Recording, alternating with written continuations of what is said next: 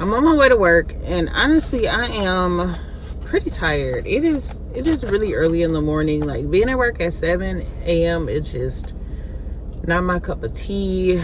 So hopefully today goes by pretty fast. I'm only here for like 8 hours today, but I've been training on day shift for about 2.5 weeks, doing 12-hour shifts, but some mixed with like classroom stuff. So yeah, hopefully today goes by pretty fast. It is a freaking Saturday, so I don't want to be here right now.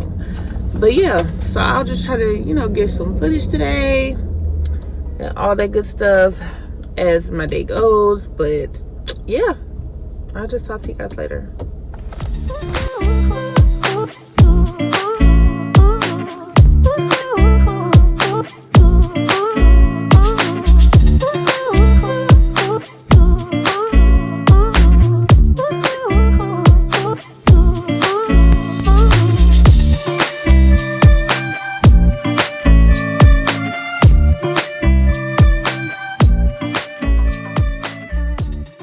So today was kind of a short day, but when I say I got my shit rocked today, I got my shit rocked today. And you're only going to get more difficult patients. So basically every week you have to meet with like a supervisor, a manager, or something like that with your preceptor every week just to kind of go over progress and things like that. Y'all, I got my shit rocked.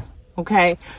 I was at a point where I'm just like, do I even know what I'm doing anymore? Like, ICU is way more detailed than you could ever imagine when it comes to your patients. And I think the biggest thing is you don't want to kill anybody. Like, you know what I'm saying? Like, that is like the biggest kind of thing. Like, oh shit, I don't want to kill somebody because of myself. Like, because I didn't know what I was doing. You know what I'm saying? So I was like straight thinking like, man, what the am I doing here? Like, and I think that the cherry on top of it was when she was like, I can laugh now. At the time, this shit was not funny. I can laugh now, but when she was like, so what type of patients do you have? And I'm like, sick ones. You know what I'm saying? She's like, what are they here for? At that moment, I knew I did not fucking know. I did not know why they was. I did not know why they were there. I knew all other type of information because there's so much information at once. And I'm looking at my report sheet. I'm like, well, they're here for it because they had shortness of breath. They had this. They was lethargic. And she's like, yeah. So why are they here though? Baby, I just told you why they was here. Okay, I just told you why they was here. No, she meant like, what was they diagnosed? Like, was they because they was sepsis? Because like stuff like that. They was in DKA. Like, she wanted like the overall picture. So I'm like looking at these two patients that I have. I'm looking through the stuff and all the stuff. I'm like, I don't like. Where do I find that? I'm like, where do you find it at? Like, I can tell you in. Looking through them notes is something else. Okay, it's so much information looking through the patient notes, right? So of course you're going off your report sheet and all that stuff. So I'm like, I see all the reasons of why they came. Like, I don't see no like overall big picture of why they're here. You know what I'm saying? And so she was like, oh yeah, so that's something just like as a nurse, you kind of come up with your own like big picture of why they're there. Because if you know like the symptoms and all this stuff they coming in for in the test that they've been getting and stuff, you basically can come to the conclusion of, oh, they had an infection, they're sepsis. Baby, that ain't nowhere in their chart. Like, sometimes it may have something in there like that, but like she said, a lot of times it's not gonna just say that. Like, it's so much. You know what I'm saying? It's so much. And I was just like, yeah, I swear that's the one thing that took me over the edge. I was like, what the fuck? Like, in my mind, how the fuck I'm supposed to calculate that shit? You know what I'm saying? Like, and I'm like, okay, so basically the longer you've been there, the more exposure you get, the more experience you get with the ICU, then you start to really understand, like, coming to the conclusion of, okay, I know why they're giving this test. I know why they're getting this test. Mind you, I've done LTAC. I've done a lot of stuff. Y'all been with me this whole journey. The patients that I have taken care of have not been this particular, like, ICU critical. You know what I'm saying? Like, it's pretty straight to the point type of thing. and you don't have to give that detail of a report. You don't really have to look that detail in the notes, if that makes sense, when it comes to like the areas I've done. So the ICU is definitely something different. I'm not the type person, like, I'm very independent and I'm very like confident, but ICU has humbled me in a way that I was not prepared to be humbled. Not saying I went in there cocky and then like, baby, I don't do that, because I always can learn. I'm always can learn. I know this is an area that I have not done, but I literally feel like a brand new nurse, like a new graduate nurse.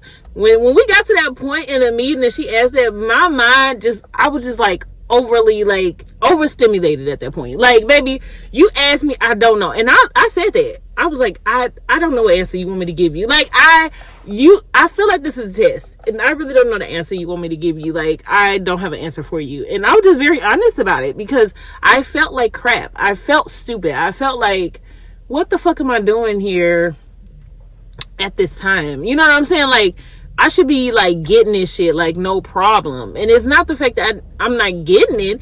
The fact is, it's just a whole different level of care that you're giving. And I think the fear of killing someone, even though you still should have that fear in any specialty, you know what I'm saying? Like, but that fear in the ICU is really like, the autonomy of a nurse in the ICU is so different, because they really rely on their nurses. They really appreciate their nurses. The doctors, the residents, the fellows, they really looking at these nurses like, hey, y'all got the answers. Like, they rely on us 100% when it comes to these patients and what's going on with these patients. Like, they don't overlook the nurses.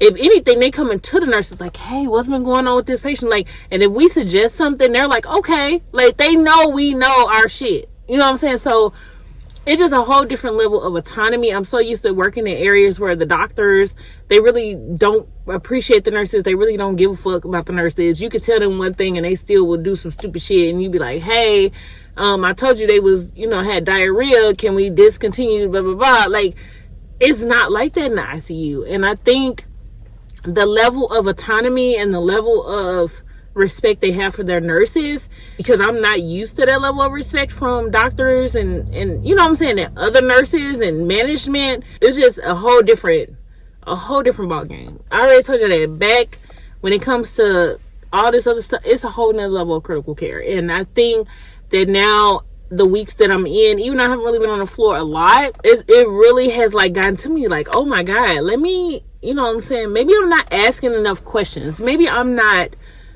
like, I'm doing things because I'm really trying to focus on the hands-on stuff too. You know what I'm saying? Because you got to focus on that too, like the drips and giving all that and getting your assessments done and, focus on the actual hands-on portion. But you also got to be working with the critical care portion of your brain as well. So I just wanted to let y'all know I got my shit rocked today, okay? I got my shit rocked today. And this wasn't even the sickest of the sickest patients. And that terrifies me, because what the fuck? Like, literally. But anyways, I'm done ranting. I'll talk to you guys later.